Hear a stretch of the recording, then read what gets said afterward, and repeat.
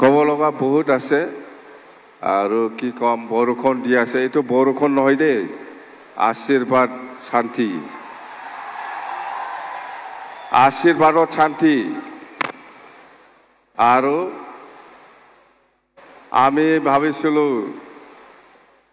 বহুত দিন হল হয়তো কতবা বহুত ময়লা চয়লা থাকিছে এইটো একদম একবারে চাপা খরচা কম হল আমার গম পাইছে ইমান খরচা কৰিব লগাও আছিল ইয়াৰ ইমান চাপা চুপা এতিয়া শান্তি মাৰি শেষ চাপা হৈ গল হয় না শান্তি খৰচা কম হৈ গল আমাৰ এতিয়া আৰু ইমান খৰচা কৰিব লগা নাই চাফা কৰি দিছে সব যিমানখিনি যি ময়লা আছে ঠিক আছে তো এতিয়া আমি বিএফএফ দল হিচাপে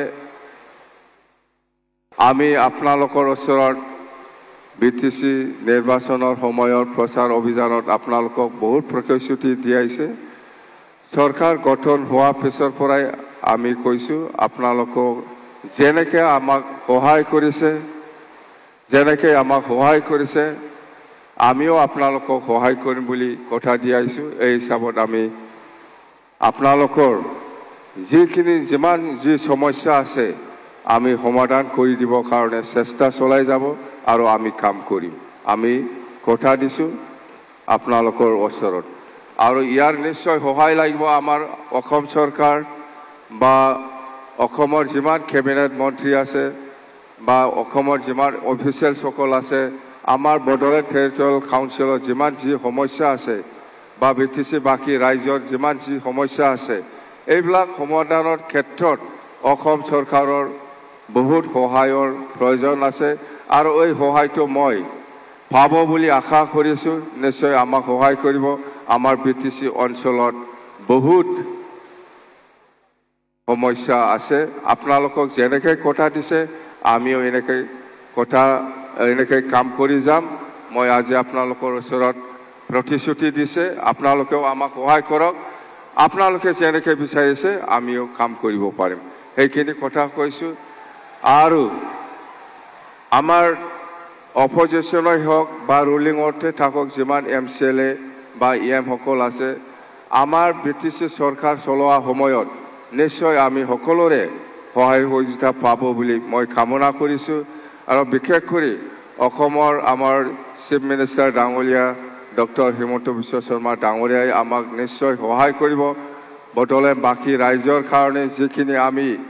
আশা কৰি পেলাই কাম কৰিবলৈ হাতত লৈছে ইয়াৰ সমাধানৰ ক্ষেত্ৰত নিশ্চয় আমাক সহায় কৰিবলৈ মই কামনা কৰিছো তো যেন হওক আজি যেটো আমাৰ অটেকিং সেৰেমনিয়েল প্ৰগ্ৰাম এইটো আমি খুব শান্তিপূৰ্ণভাৱে সাকসেস কৰিব পাৰিছে বুলি আমি ক'ব পাৰো আৰু আপোনালোকে ধৰি লওক এইটো আমাৰে বৰষুণ নহয় ভগৱানে আমাক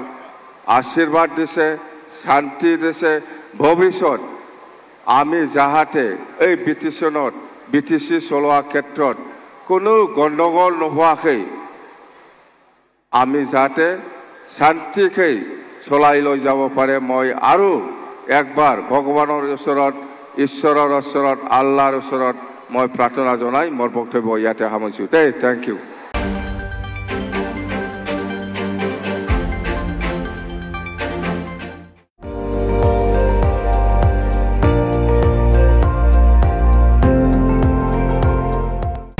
আপুনি চাই আছে MD24 সৰ্বশ্ৰেষ্ঠ নহয় সৰ্বোত্তমৰ দৌৰ